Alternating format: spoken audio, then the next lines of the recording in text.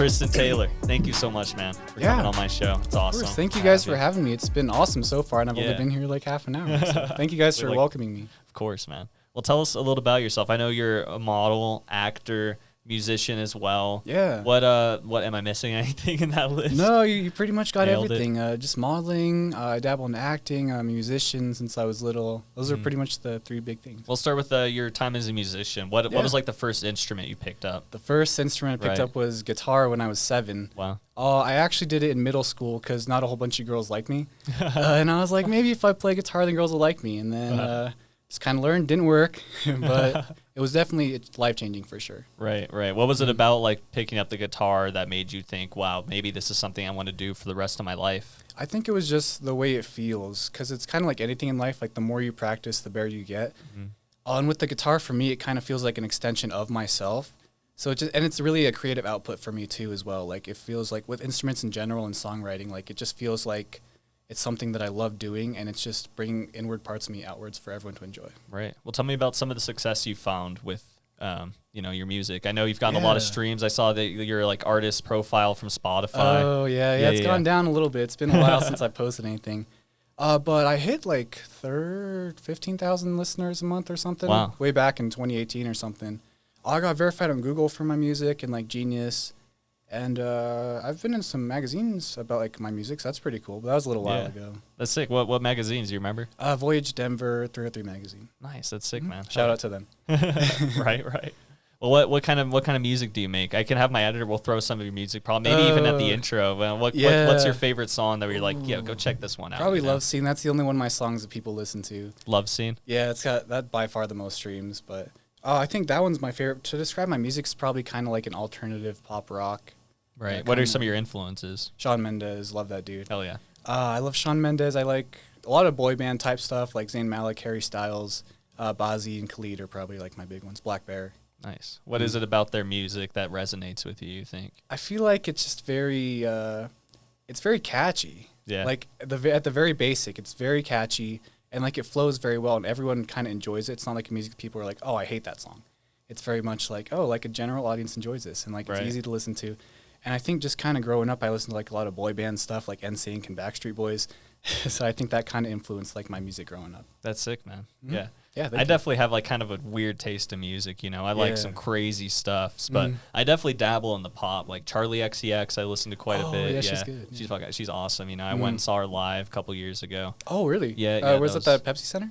No, it was at the Fillmore actually. It was a smaller show. Yeah. Okay. Oh yeah, she did open up at the Pepsi for like I want to say some other pop artists too. Yeah, but I've never been into pop, but I'll definitely listen to more of your stuff because the stuff I did hear when I was going through was like, wow, that actually like has like high production value, and you have some like real songwriting chops. Like it's not just like repeated pop stuff we've heard for the past 20 years. Yeah, thank you. I appreciate it. Yeah. I actually do the production myself. Wow. And then I also work with like a couple different producers for like mixing and mastering and just like vocal editing and stuff. Right. That's always been the hardest part for me. I kind of like dabble in music writing on my phone here and there and like got Ableton my computer, but the mixing part's hard, man. Oh yeah. Just lots of YouTube videos. Just keep watching them. Have you dabbled in the mixing and mastering process much? Yeah, it's that's definitely the hardest part because it's literally the final step. So like getting that right's super important, and that's why I kind of outsource it to other people because I trust them more than myself. Right. Like as far as instrument production and songwriting, I just do it myself. But then for like the most important parts, I'll outsource them. So you started with guitar. Do you play any other instruments now? Yeah, I play guitar, piano, drums, bass, and then production, I guess, if that counts. Yeah. So in production, you'll like get in there and like actually like change the sounds and pitches and like distortion and stuff like that. What else do you do in terms of the production? Because my knowledge of it is kind of minimal, Oh yeah, no worries. I like the EQ, a lot of like the different timing, and then just finding different sounds and like using the different built-in. I use Logic Pro X. Okay. So it's got like a lot of different resources to use within the actual what's it called? It's a digital audio workstation. Yeah, like the DAW. Yeah. Yeah, I was like, what's the full? So it sound cool. Yeah. But yeah, just a whole bunch of different sounds and just kind of creating my own vibe within the song. Yeah. That's super cool. Thank so you, then man. how do you approach pop then? Because then it's like I said, it is something that's been tread on before for decades. Like how do you approach it with a new ear? I think it's I love pop, and then I also grew up listening to like a lot of different alternative type stuff and like rock, pop rock, like All Time Low and like So I think a lot of pop nowadays doesn't generally have a ton of instruments in it. So I try to incorporate multiple instruments, kind of like Shawn Mendes, how he incorporates like rock style guitars and then like different pianos. So I think that kind of helps me just kind of mixing the genres together to create my own sound. Have you done any like big live shows at all? Nothing too crazy. I've played like a couple different venues within Colorado. I played in England for a little bit. That was kind of sick. Nice. But besides that, nothing too crazy. How was it playing in England? That sounds pretty cool. It's a crazy experience. They love just going hard over there. And, And some other stuff I can't say, but it's such a different vibe over there with the people. Right. Like they're very upbeat and just hype all the time. Like you'll sing a song, they'll just go crazy and start jumping over stuff. I love it. That's super funny. Yeah, I haven't really traveled a lot, but you've basically traveled all over the world, right? What's a few different places so far. Let's hear it. What place have you been? Yeah, I've been like lots of different places in the U.S., like the big ones, Cali, Florida, Nevada. I've also been to like Mexico, Bahamas, Philippines this year. Shout out to them. I'll be back soon. Nice. Yeah. I was born in England, so I guess that's a pretty big one. I visited a couple times. I got some family living there. But those are the big ones I've been to. Nice. So you were born in England? Yeah, I was born in England. So when did you move to Colorado? I think I was like a year or two, so I missed out on the cool British accent. Oh, that's okay. Right. Did you have to go through anything like in terms of like changing citizenship for that? Were your parents already American citizens, or how did that all play out? Yeah, they were American. I believe my dad was for sure, and then my mom went through the process to get dual citizenship. Right. And then I also became a dual citizen, but I think that expired when I turned 20 or something. Oh, really? Yeah, so I had to get a new passport, which is just fully American now. Oh, wow. That's cool. Yeah. Yeah. So you didn't really spend much time in Britain, but so you grew up in Denver, right? You how was your childhood? Was it, weird? Did you have good parents and a good upbringing and all that? Yeah, I definitely had a great upbringing. My parents definitely taught me a lot of great values growing up. Right. Just the standard ones, golden rule, whatever. But they definitely did a great job with me and my siblings. I got two of them. We all turned out pretty all right. But my childhood was not super eventful. I had some good friends, just played some music. We'd always sneak off during lunch and just write songs and just kind of jam on the guitar and drums in middle school, so that was fun. Nice. Yeah, you mentioned you didn't really get like a ton of attention from girls, right? Yeah. Were you kind of like a nerdy music kid, you know? I was like kind of chubby, short, like glasses, braces, weird hair, like just the weird quiet music kid growing up. Right. So, but that changed a little bit, so I'm happy with that because it definitely made me appreciate what I have become and my progression. Yeah. What sort was there like a catalyst at all for you to sort of look at everything and be like, all right, I'm going to start, hitting the gym and really taking my personal brand really serious, and like what sort of like started that? I think it was definitely my transition into high school, because in my like middle and elementary school kind of stages, I grew up in like I think it's called a private school, or it's like a charter school. Yeah, like an independent school? Yeah, it was like a GT school. So like everyone there was kind of one way. And then I kind of didn't want to be that way anymore because, when you're a teen, you're like, I want to find out who I am. I still don't know who I am. But yeah. But just growing up, I think the catalyst was definitely high school, just going from a very small school, class of like 25 graduating to like a school of 500 in my class. Wow. So I think that was the catalyst. It just kind of made me want to discover like more about myself and just kind of expand upon what I already have and just kind of just learn and grow. So and that's why I started working out and like getting more into sports, and then also continuing my music at the same time. Yeah, you took your music sort of more seriously through high school, and then you said like 2015 was a big year for you in music, or? Yeah, 2015 and I actually think it was 2016. That's the catalyst was actually this girl I used to talk to, and she was kind of the inspiration behind like a lot of my music and my songwriting. Usually is a girl, huh? It always is. That one girl, man. That one girl. Yeah, but because of her, I'm very thankful for things didn't end super well. Right. But I am still thankful for those memories and experiences because they definitely paved the path for my life, and I'm very happy with where I'm at now. Yeah, man, it makes you who you are. Exactly. Even bad experiences, good experience, you have to take them for what they are. I didn't have a great life growing up, but I look at the great stuff that happened. I look at the great people that were there, and you just got to keep those things tight. Yeah, exactly. And you're doing great now, so it's I'm trying to. It's the challenges that make us who we are. Yeah, if life was just easy from the beginning, we'd just be like docile and dormant. Right. Well, let's talk a little more about your modeling then. Yeah. How did you get into like modeling, influencing, like acting as well? How did that all come onto your radar? That's actually a good segue because it was because of my music. Oh, wow. Yeah, so I usually just kind of, from my like album artwork, I just kind of have like cartoony pictures. Right. And my friend Jackson Huffman, I actually grew up playing baseball with him when we were like 5 or something. And then he went to my high school. He's a photographer. He's like, hey, man, you want to shoot some pictures for your music? And I was like, not really. And then he's like, come on, man, let's do it. And I was like, sure, whatever. So I guess that was like my first kind of introduction into modeling. And I had no clue what I was doing. It was a couple of years ago. But I think that the first time with him just kind of sparked something in me, like a passion. It sounds kind of cheesy, but like Disney. But it really did. Like, I just loved being behind the camera. And it made me feel confident, and it made me feel like... Or you were in front of the camera, right? Oh, yeah, in front of the camera. As I say, I would feel confident behind the camera, but in front of a camera, I'm like, oh, I don't know about that. You never know. You got to practice. It's true. It's true. Yeah, but I think just being in front of the camera, not behind it. Yeah, right. Yeah, just kind of, it kind of ignited something within me, and it was like, this feels like something I love doing. And from that day, like, I would just DM, like, 10 to 15 photographers a day, just wanting to collab, and just working on my portfolio just to kind of expand my horizons and just see, like, what I look good in, what I need to improve on myself, like different styles, different outfits, different like concepts. And I think just kind of just going through that, I was at the point where I had like 6 shoots a week. Wow. And it just like, I loved it from that first day. And then from there, I just kind of kept growing and growing, just kind of building my portfolio and just working on different concepts and styles. And then my agency that I'm currently with, Empire Mercator, they reached out to me and they're like, hey, would you like to come to the Philippines? And because I have a family history with modeling. And they knew my parents. Oh, really? Yeah. So both of your parents, or? My dad was a really big model in the 90s, and my mom was an actress all over like Europe and Asia. Wow. Yeah. What kind of stuff did they do? My dad, he was actually #1 in commercial print and runway in the Philippines. Wow. And he would travel to like Singapore and Japan and Korea and like kind of all over. So male runway modeling, that's pretty. Yeah. Have you done any of that? Followed Not sort of yet. in his footsteps? I was supposed to this year. Oh. This close, but it's just being postponed. Yeah, you know, exactly. Yeah, COVID's just pushing everything back a little bit.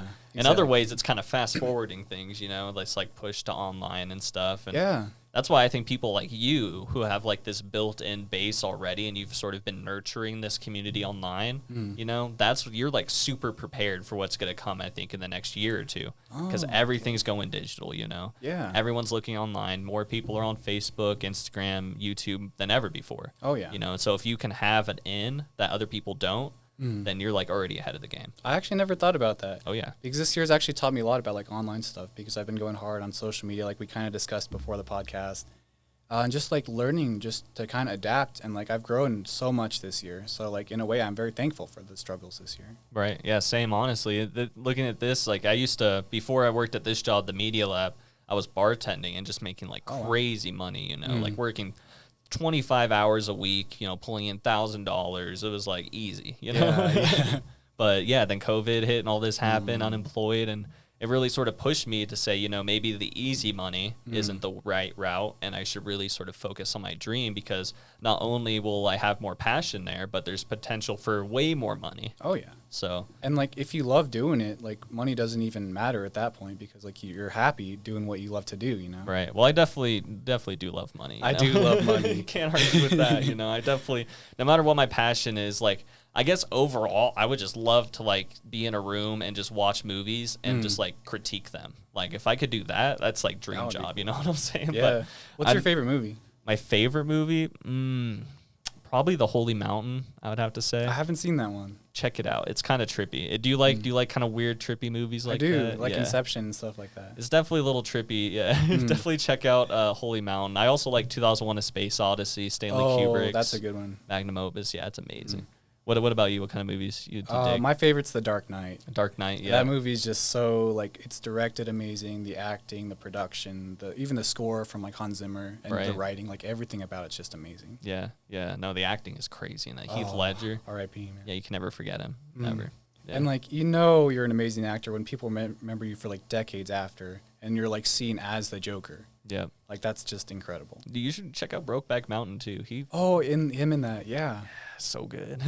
So He's amazing, good. man. Yeah. But did you see Tenet, Christopher Nolan's I haven't movie? seen it yet. I haven't seen it either. Let's go watch it, man. We should. Let's put it on the TV right there. Put it on the TV. Oh, get copyrighted. Yeah, right.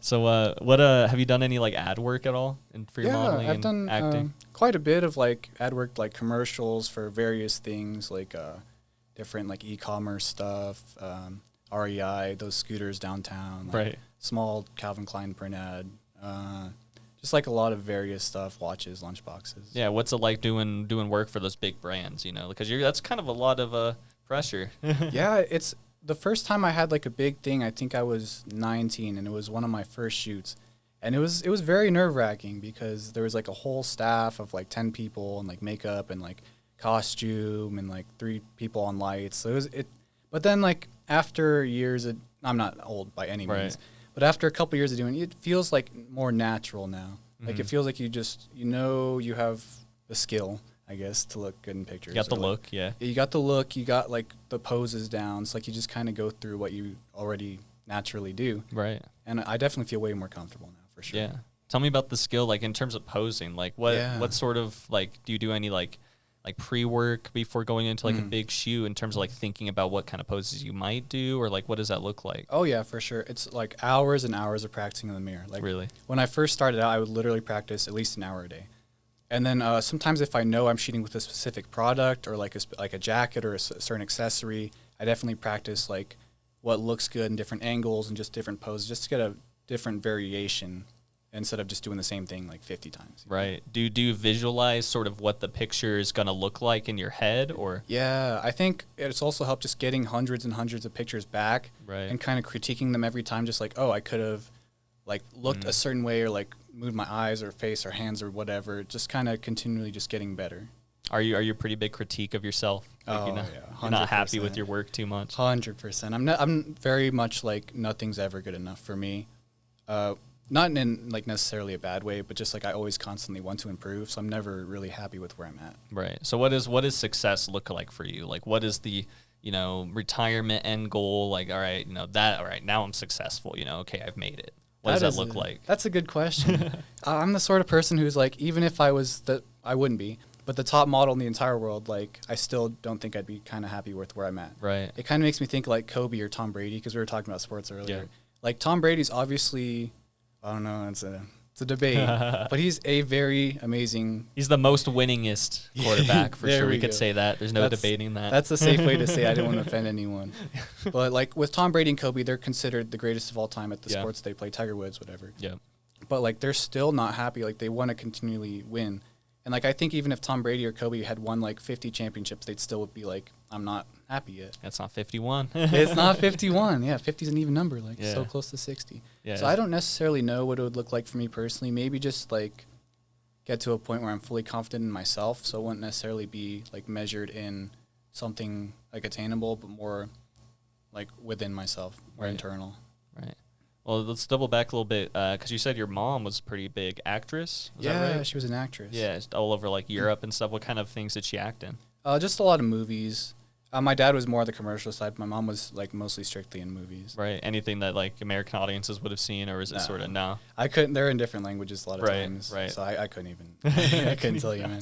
Yeah. Well, what was it like being raised in Denver, Colorado? And spending you spent most of your life here then? Yeah, like 95% of my life. It's been a great experience. Like we were saying, we're not big fans of the cold, right? But like it definitely makes you appreciate the warm a lot more. Yeah. And like there are a lot of great things in Colorado, and I'm very thankful for my friends and family. And like I think if I had lived somewhere else, I might have not had the same opportunities as I do today. So I'm very thankful, like growing up here, and lots of gifted photographers and videographers and people like you have given me the opportunity to be able to do what I love. So I'm very thankful. And there's a lot of great artists like you, out here in Colorado just working and grinding away. So. Yeah, everyone's doing a great job in Colorado, so shout out 303. Yeah, right. 100%. Yeah, and it's crazy how photography and video, because it used to be just, big cities, New York and LA, is pretty much where everything happened. But with the technology becoming increasingly more affordable and increasingly smaller, you could do like giant video productions. You could set up this podcast studio. You know, we got 4 lights just hanging from. Got some like little cameras here. It's crazy what you can do now. It's awesome. This is such a nice space too. By side note, like it just feels very professional and very welcoming at the same time. Thank you. Yeah, man. I appreciate it. Yeah, we spent a little time on this. It's very nice. Well, tell me a little more. You said the Calvin Klein, right? That was one of the brands you worked with. Yeah, it was just a really small local talk to me about job. It. Yeah, that was actually. I think I was 19 at the time. And it was my first shoot with a girl. So I was very, very nervous. Right. And I was obviously in my underwear. And and it was cold in there. And I was like, man. And there was like 10, 15 people on the staff. Yeah. And it was like a crazy experience. Because before that, I just shot with like friends mostly. Right. But just going from that to like not by any means big, but like a known brand for like a very small print Yeah. ad. Like, I don't even know if it was in anything. Right. But just to be able to experience that, like, very early in my career was very life-changing. I was like, this is awesome, and I loved every second of it. So Yeah.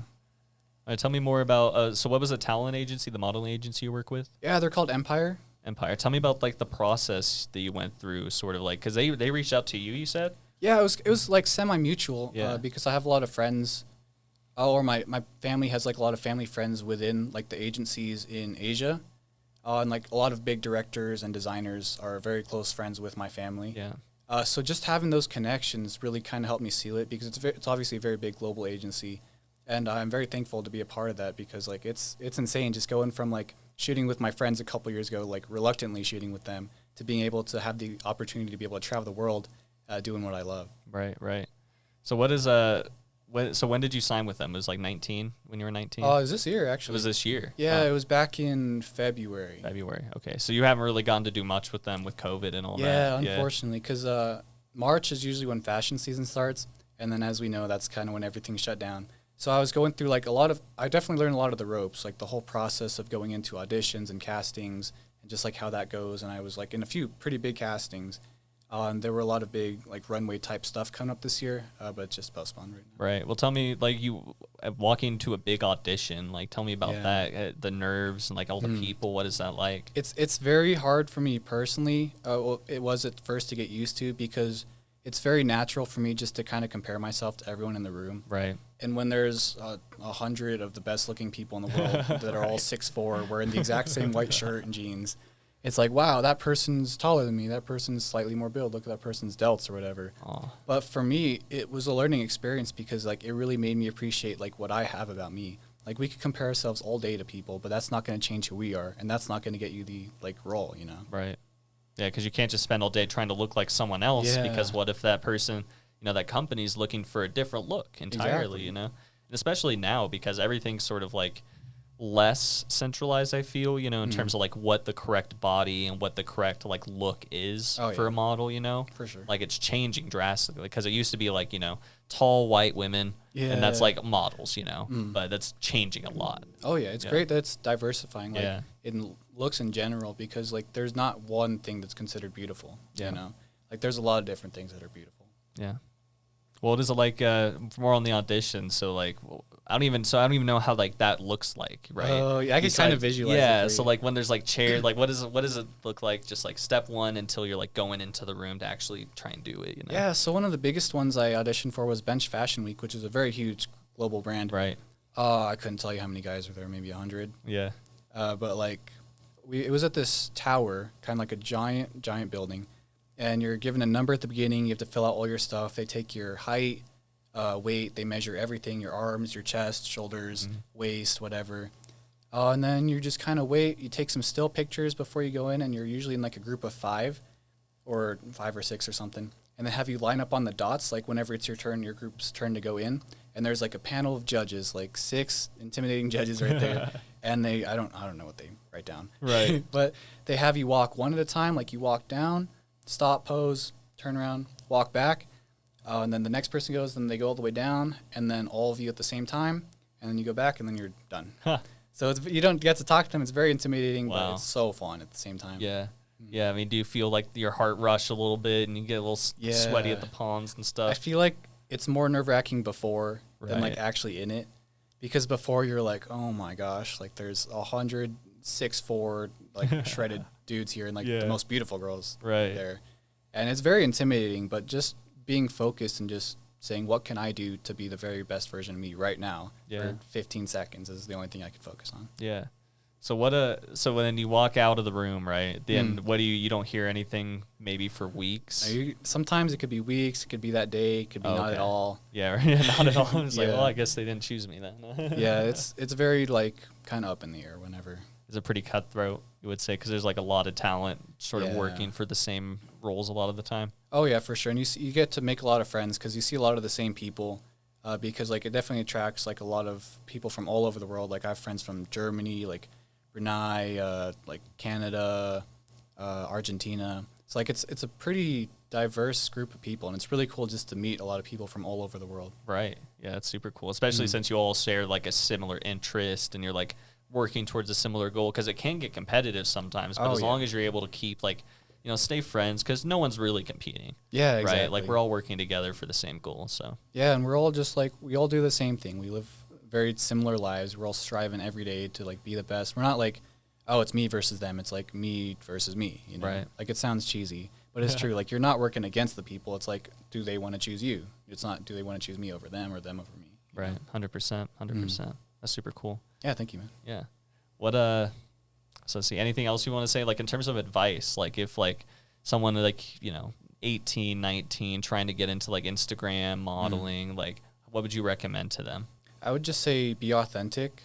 Don't try to copy other people, because that's kind of was what I was like at the beginning of my career, was just trying to be like what I thought was cool, or like what I was seeing online, what was trending.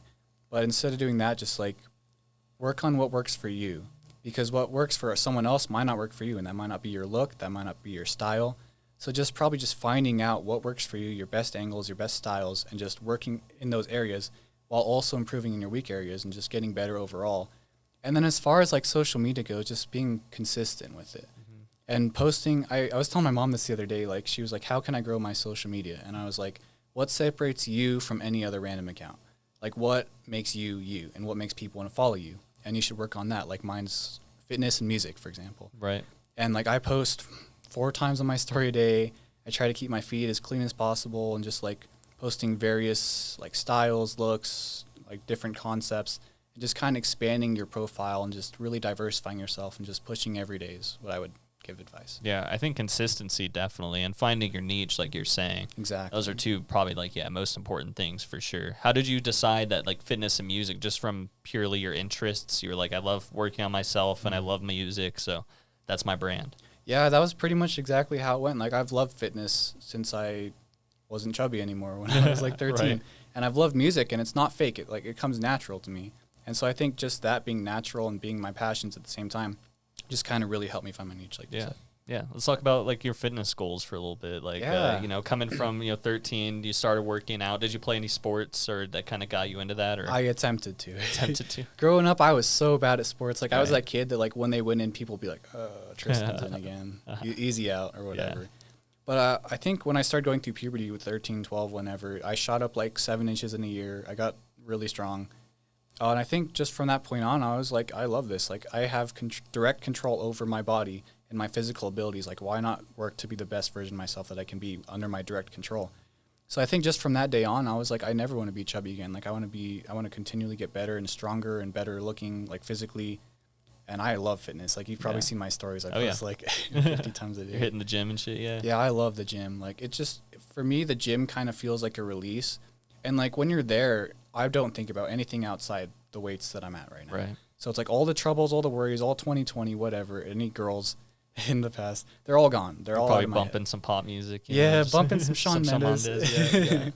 No, I listen to a lot of rap at the gym. And a couple Shawn Mendes and Backstreet Boys. Right. But like for me, just at the gym, it feels like an out-of-body experience in a way. Yeah, it's meditative, right? Exactly. Like some people, that could be reading, that could be like doing this for you probably, right? Oh yeah, doing this. I love climbing mountains. That's my thing. That's awesome. Yeah. So like you get this, like it just feels right, and it feels like nothing else matters. It's just you and what you have control over at the moment. Right, 100%. Do you like do anything else for personal development at all that like you really like, reading or like cycling or anything like that? I guess I wish I did. Right. I was kind of getting into reading in the Philippines. My buddy Moritz kind of got me on reading, because I honestly never really read much growing up as a kid, because my attention span's pretty small. Yeah. But I think in the small time, like couple months I was reading, I definitely experienced a lot of different things I haven't, like in recent memory. Like I felt more calm. I felt more like mentally sharp.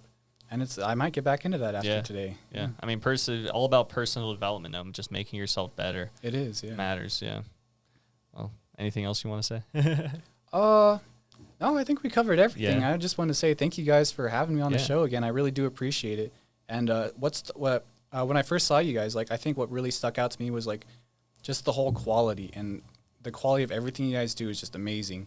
And you could really just see your passion in every interview that you guys do and all the podcasts and videos. So I just want to thank you guys for having me. Nice. Thanks, Tristan. Where can people find you? Shout out your Instagram handle. Yeah. You got a YouTube page? Not yet, no. You got to start it. Yeah. People were saying that I might start like a fitness YouTube. You should, like a clothing style, men's lifestyle sort of vlog. That'd be cool, man. I might do it after today. Yeah, but my Instagram's official Tristan Taylor. If you just look up Tristan Taylor, you'll probably find it. Follow the MediaLab. Follow all these guys. Yeah. But that's pretty much it. I'm just on Instagram. I have a TikTok. You don't need to follow it. Oh, come on. Shout the TikTok. It's official Tristan Taylor as well. Woo. But it's just a lot of cringy content if you're into that stuff. So go for it. Yeah, man. It's all about the brand. Getting those followers up, getting those views. That's all that matters in life, man. Followers and likes. So then you can advertise some like sports shirts on your Instagram store. You had some Gymshark, some gamer fuel, Oh, the G Fuel. Have you ever had one of those? No, are they good? I haven't. I like kind of want to though. Because I see all the the discount codes on YouTube and stuff. Yeah, I have a rule, just don't try anything sold on YouTube, None of that Manscaped. There's so many Manscaped videos nowadays. None of that stamps.com. Oh, yeah. What else is there? I don't know. Those are like the They're main getting free ones publicity when we show them. Because I pay for YouTube Red to not get ads, and then they give ads in my YouTube videos too. Is it worth it? Yeah, just because I switched off of Spotify so I can use only YouTube Music because they're the same subscription. So it's worth it for that because I watch a lot of YouTube. That's cool. Yeah. Thanks, Tristan. Yeah, thank you.